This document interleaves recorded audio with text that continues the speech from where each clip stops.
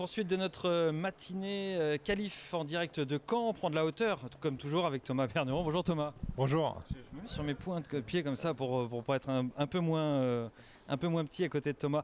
Tout va bien ? Oui, très bien, très bien, très bien. On est content d'assister toujours à ces premières qualifs de poulains, donc non, c'est toujours passionnant.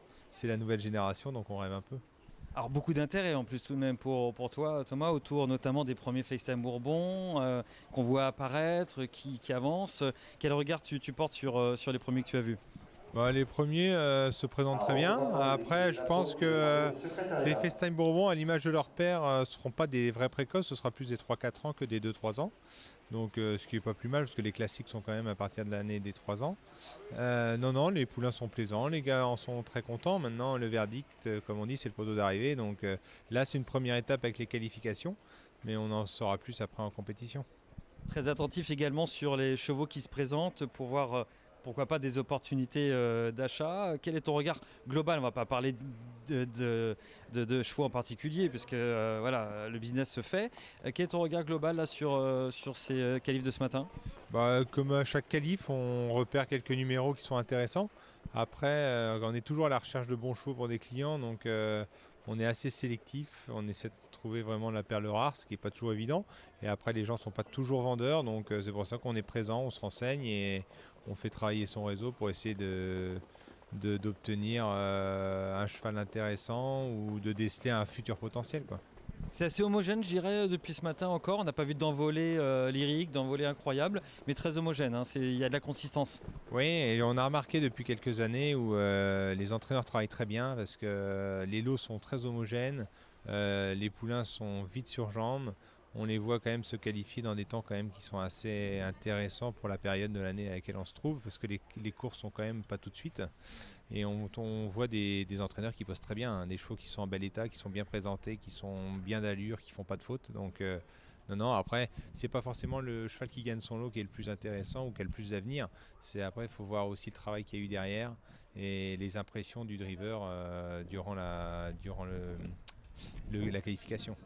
Comment s'était qualifié Happy El Nuki ? On va parler un peu élevage, parce qu'on a eu l'occasion de raconter cette histoire dans 24 heures retro. Happy El Nuki, lauréat de semi-classique dans la discipline du trot monté, qui en sera dans la belle au mois de juin ? Normalement oui, après j'ai pas demandé à Franck Leblanc ce qu'il comptait faire, mais c'est la suite logique de son programme. Après, elle avait été très performante à Mokanchi, je pense qu'elle est beaucoup plus à l'aise piste plate que sur la grande piste. Et la dernière fois, le chrono était aussi exceptionnel, parce qu'il a fallu suivre le cheval de Sébastien, qui ne sera pas présent dans le Normandie. Donc non, c'est une jument qui a une chance pour accrocher une belle place.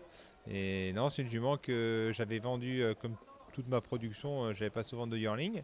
Franck Leblanc l'avait beaucoup aimé et il l'avait acheté à ce moment-là.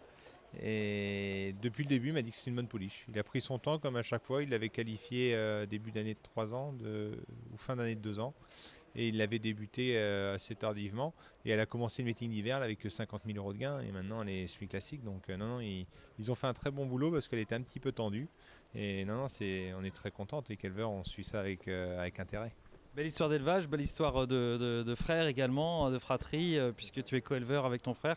Une histoire à retrouver dans 24 heures retro. C'est facile, vous allez dans Archives si vous l'aviez manqué. Et c'était un papier de une qu'on fait régulièrement sur l'élevage. Et puisque Thomas faisait référence à Andy Bourbon, la semaine prochaine, on ira dans les entrailles du pédigré d'Andy Bourbon, qui a fait une très très forte impression en effet entre temps 10 et fractions la dernière fois sur les 2175 mètres de Vincennes, et qui n'ira pas sur Normandie a priori sur les 2700 mètres. Confirmation avec Thomas, on sait qu'il a ses entrées chez Sébastien Garato, donc on a l'info.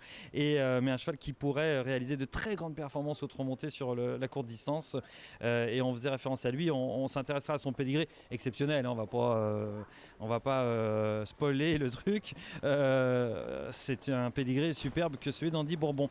Un mot sur l'actualité générale des courses, Thomas, tu vas suivre les tops. Qu'est-ce que tu penses de ce plateau ? Le plateau a d'autant plus d'intérêt qu'on a Étonnant qui va avec une très bonne chance, je pense. Richard a vraiment préparé son cheval de main de maître. Il l'amène au sommet de son art. Le cheval est de plus en plus performant sur les courtes distances, de plus en plus maniable. On espère tous qu'il va concrétiser dans ce beau groupe 1. Après, le reste du plateau, il y a Vivid Waisas qui est un très bon cheval. Côté étranger, je trouve que c'est un peu plus léger que les autres années. Je pense aux années de Bold Eagle où on avait Propulsion, où on avait Redley Express, où on avait des chevaux quand même exceptionnels. On a des très bons chevaux, mais je pense que les meilleures chances sont du côté de Vivid ou Étonnant. Ouais. Étonnant finalement, son grand adversaire certainement Vivide, peut-être Don Fanucci Z aussi, même si on veut voir. Et puis c'est peut-être lui-même, hein, parce qu'on sait qu'il est parfois un peu brutal, un peu spécial. C'est ça. Étonnant pour moi, si le cheval ne fait pas de faute et qu'il fait sa valeur, il va être très très dur à prendre. Parce qu'on se souvient à l'époque de Rapide Lebel, qui était un peu le même type de cheval, un petit peu particulier. Il avait été battu que d'un nez. Et il avait fait quelque chose d'exceptionnel, il était tourné aux 3 autour des autres, il avait vraiment fait une très grande course. Et Étonnant, il fait partie de ces chevaux qui ont beaucoup de force, beaucoup de puissance et beaucoup de moteur et qui est capable de tenir la distance et d'aller à un rythme très rapide sur 1600 mètres, quoi. Allez, Étonnant, les supporters sont là, on a envie de dire. Les Bleus seront supportés, on sera sur place pour vous faire vivre au plus près cette aventure. C'est aussi une aventure que connaît très très bien Richard Westering, comme il nous le disait dans notre série Retour vers le futur ces derniers jours. Lui qui nous racontait ses histoires de Timoko et d'Elite Club. Merci Thomas.